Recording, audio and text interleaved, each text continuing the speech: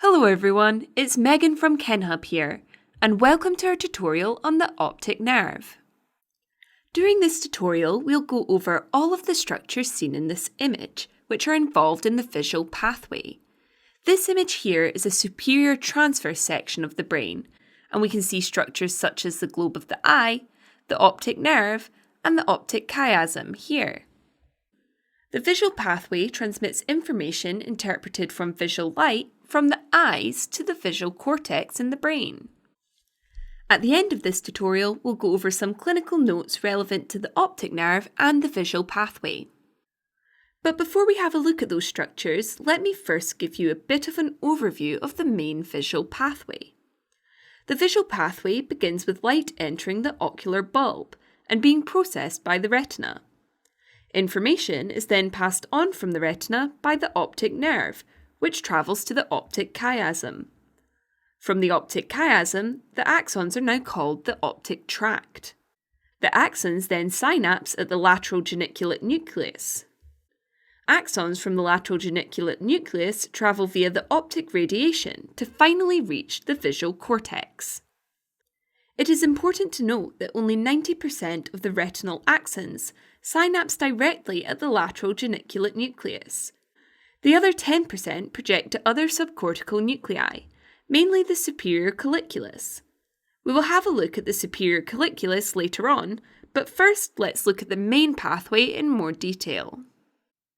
The first structure we're going to look at is the ocular bulbs. The ocular bulbs, or globe of the eye, is considered to be the eyeball without any structures within it, such as the lens or the pupil. The ocular bulb consists of a wall enclosing a cavity of fluid. The wall has three layers: the sclera, the choroid, and the retina. In this image, these coloured areas in front of the ocular bulbs can be referred to as the visual field. The blue part can be considered the left visual field and the red part the right visual field.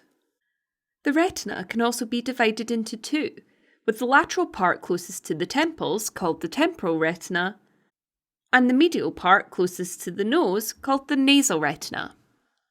So now let's have a look at which side of the visual field will travel to which part of the retina. Let's start with the left eye.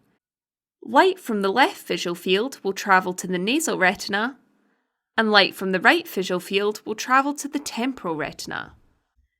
Now looking at the right eye, we can see that light from the left visual field travels to the temporal retina, and light from the right visual field travels to the nasal retina. The retina then processes this information into action potentials, which then travel down axons to the brain. In the illustrations of this tutorial, axons which carry information from the left visual field have been colour-coded blue, and axons from the right visual field have been colour-coded red, so that we can follow their pathway. The axons that project from the retina travel within the optic nerve. The optic nerve is a paired nerve that is also known as cranial nerve 2. The optic nerve is ensheathed by three meningeal layers: the dura, the arachnoid, and the pia mater. The optic nerve travels posteromedially towards the optic chiasm, which is this crossover point here. So let's look at the optic chiasm in more detail. The optic chiasm is the place where part of the optic nerves cross.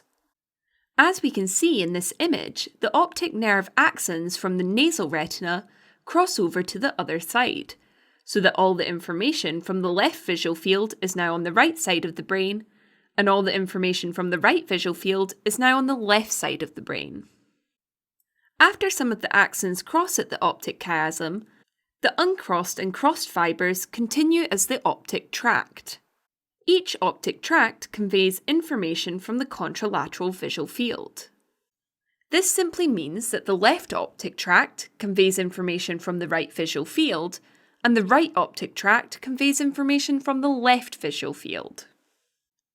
The retinal axons, which have now travelled within the optic nerve, the optic chiasm, and the optic tract, synapse at the lateral geniculate nucleus. The lateral geniculate nucleus can also sometimes be referred to as the lateral geniculate body. This structure is a small oval projection from the thalamus on either side of the brain. We must remember that only 90% of retinal axons terminate in the lateral geniculate nucleus, with the other 10% terminating in other subcortical areas. If we look at this image of the midbrain, we can see the thalami here, and the lateral geniculate nuclei here. The lateral geniculate nuclei are located lateral to the medial geniculate nuclei, which are these structures seen here. If we go back to the previous view, we can see the medial geniculate nucleus, medial to the lateral geniculate nucleus, here. However, the medial geniculate nucleus is not involved in the optic or visual pathway, but is instead involved in the auditory pathway. Once the retinal axons have synapsed with the lateral geniculate nuclei axons, the lateral geniculate nuclei axons project to the primary visual cortex via the optic radiation. As we can see, the optic radiation curves from the lateral geniculate nucleus dorsomedially towards the primary visual cortex on either side of the brain.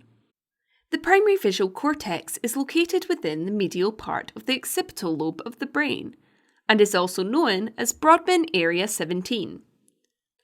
Like we mentioned earlier, the left primary visual cortex processes information from the right visual field, whereas the right primary visual cortex processes information from the left visual field. Therefore, we can say that each primary visual cortex processes information from the contralateral visual field.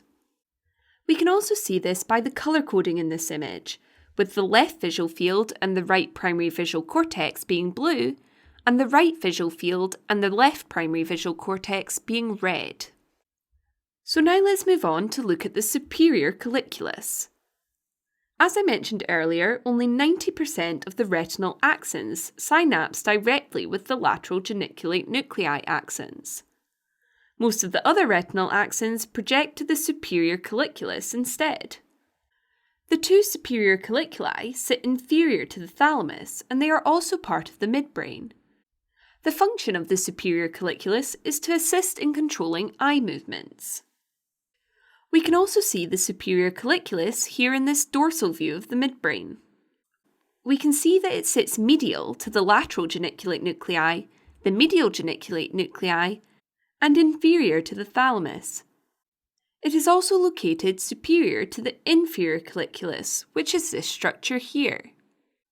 If we go back to the previous view, we can see the two inferior colliculi with the brainstem beneath it. It's important to note that the inferior colliculus is not involved in the visual pathway, but instead is involved in the auditory pathway, like the medial geniculate nucleus. Now that we've had a look at the optic nerve and other structures involved in the visual pathway, we can go over some clinical notes relevant to these structures. Inflammation of the optic nerve is referred to as optic neuritis. Optic neuritis can cause blurry vision, a partial or complete loss of vision, and pain when moving the eye. In children, there is usually bilateral involvement, whereas in adults, usually only one eye is affected. The most common etiology of optic neuritis is multiple sclerosis, or MS. It can also be caused by infection, autoimmune diseases, and certain medications. Optic nerve lesions usually cause permanent and potentially severe vision loss, as well as an abnormal pupillary reflex. Damage to the optic nerve can be caused by strokes, trauma, infection, and surgical complications.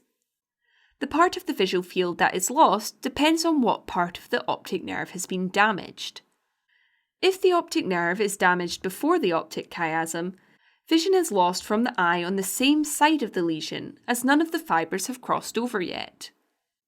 For example, if the right optic nerve is damaged before the chiasm, the right eye will be affected, as it will prevent these fibres here, which are coming from the right eye, from being transmitted to the brain. However, if the optic nerve is damaged after the optic chiasm, visual field loss occurs on the opposite side of the lesion. For example, if the right optic nerve is damaged after the chiasm, the left visual field will be lost in both eyes. The blue fibres, which represent the left visual field on both eyes, are being prevented from being transmitted to the right side of the brain. It's important to remember that vision is lost in the opposite visual field and not the opposite eye. This specific loss of vision is called homonymous heminopsia. Damage at the optic chiasm typically causes visual loss laterally on each visual field. As we can see, these blue fibres here, which represent the left visual field of the left eye, are prevented from being transmitted. The red fibres here, which represent the right visual field of the right eye, are also prevented from being transmitted.